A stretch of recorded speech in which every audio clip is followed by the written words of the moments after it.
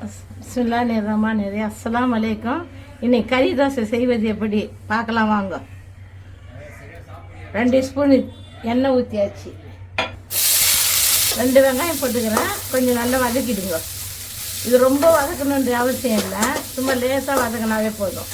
ஏன்னா தோசை தானே நம்ம போட போகிறோம் மேலே மாவு மேலே, அதனால் லைட்டாக வதக்கினாவே போதும்.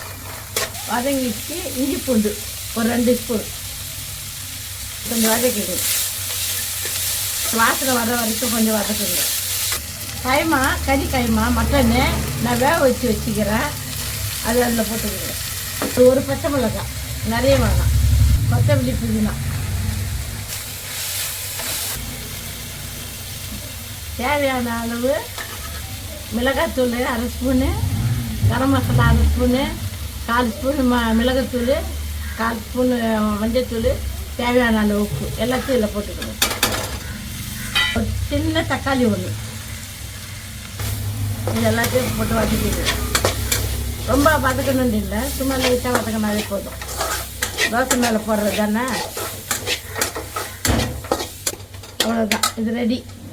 இப்போ தோசைக்கல் வச்சு மாவு ஊற்றணும். தோசைக்கல் வச்சாச்சு. தோசை மாவு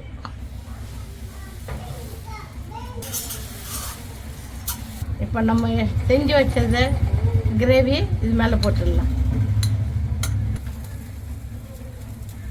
முட்டை அடித்து வச்சுக்கிறேன், அந்த அடித்த முட்டை இது மேலே போட்டுருவோம்.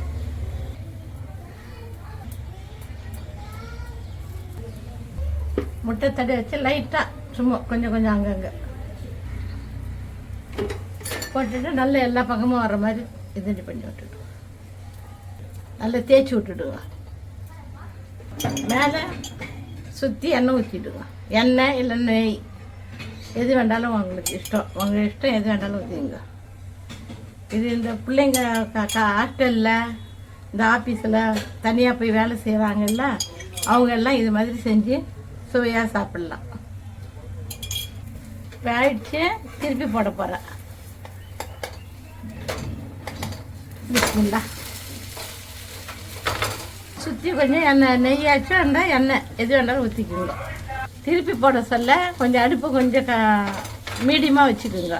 ஏன்னா அதிகம் இருந்தால் நம்ம போட்டது கரிஞ்சு போயிடும்.